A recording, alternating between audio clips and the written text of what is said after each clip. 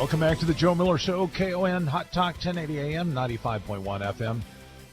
We have with us Natalie Johnson, and she's going to talk a little bit about what happened in Virginia with the decision of the Attorney General to no longer recognize the concealed carry permits from 25 other states.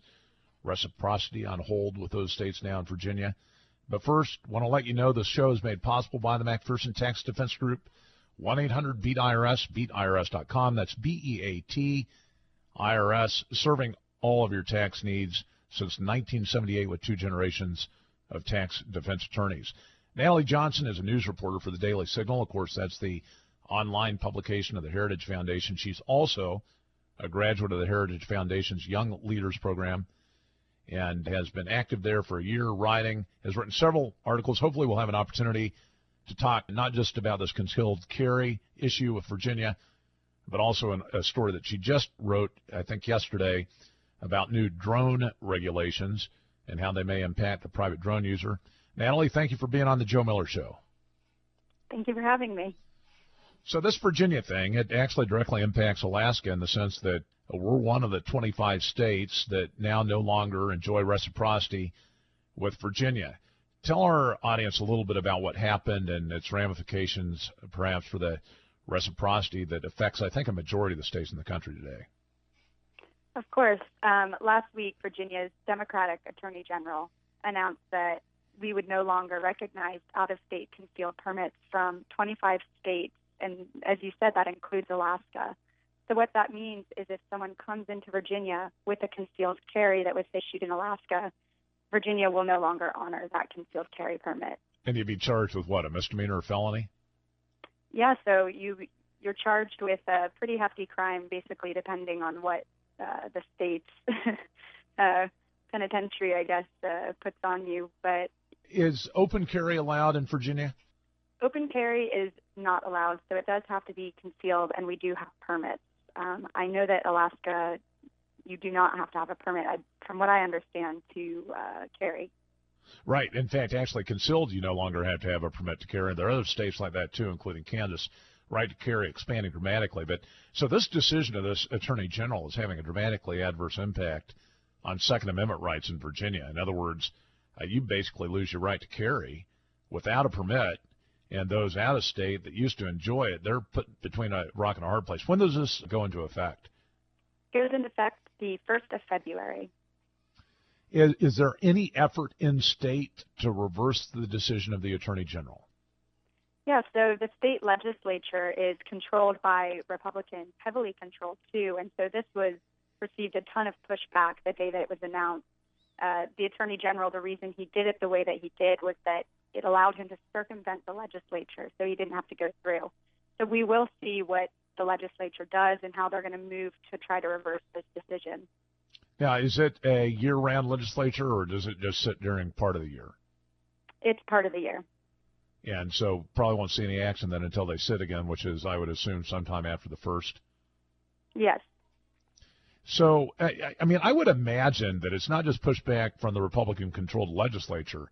It's also got to be pushback from the people. I mean, in the wake of the shootings in San Bernardino and the other, concerns about Islamic jihadism within the country, attitudes, at least as I've seen in the polling data, nationwide have grown more gun-friendly. What are you saying among the people in Virginia in reaction to this decision? Yeah, and they have.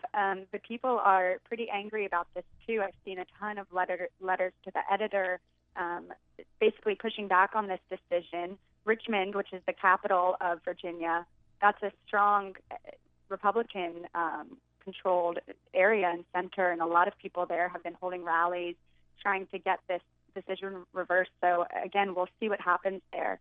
The other thing is the NRA is based out of Virginia, and they've already announced that they'll do everything they can to reverse this. So tell us a little bit about this Attorney General. He's obviously a Democrat, but you know any history about him that would help explain what he's done?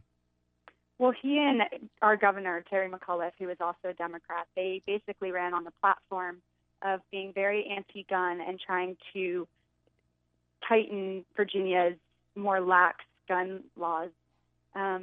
And this is, so Terry McAuliffe, he had signed an executive order earlier this year prohibiting the open carrying of firearms in state buildings. He also had vetoed 3 bills aimed at easing gun laws earlier this year. So these have been multiple steps over the span of just the minimal time he's been in office.